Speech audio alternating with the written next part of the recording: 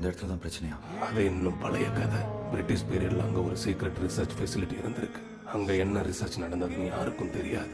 ஆனால் 1941 ஒரு மிகப்பெரிய ஆக்சிடென்ட் நடந்திருக்கு. அதோட இம்பேக்ட் இன்னும் அங்கே செயல்படுது. இன்னைக்கு உனக்கு நடக்கிறதும் 60 வருஷத்துக்கு முன்னாடி எனக்கு நடந்ததும் குவாண்டம் ஃபிசிக்ஸில் சூப்பர் பொசிஷனிங் சொல்லுவாங்க. பாஸ்ட்ல இருந்து ஃபியூச்சருக்கு ஸ்ட்ரெயிட் லைனாக ஒரே ஒரு ரியாலிட்டி தான் நினைக்கிறோம். ஆனால் மாடர்ன் சயின்ஸ் நமக்கு மல்டிபிள் ரியாலிட்டிஸ் இருக்குன்னு சொல்லுது.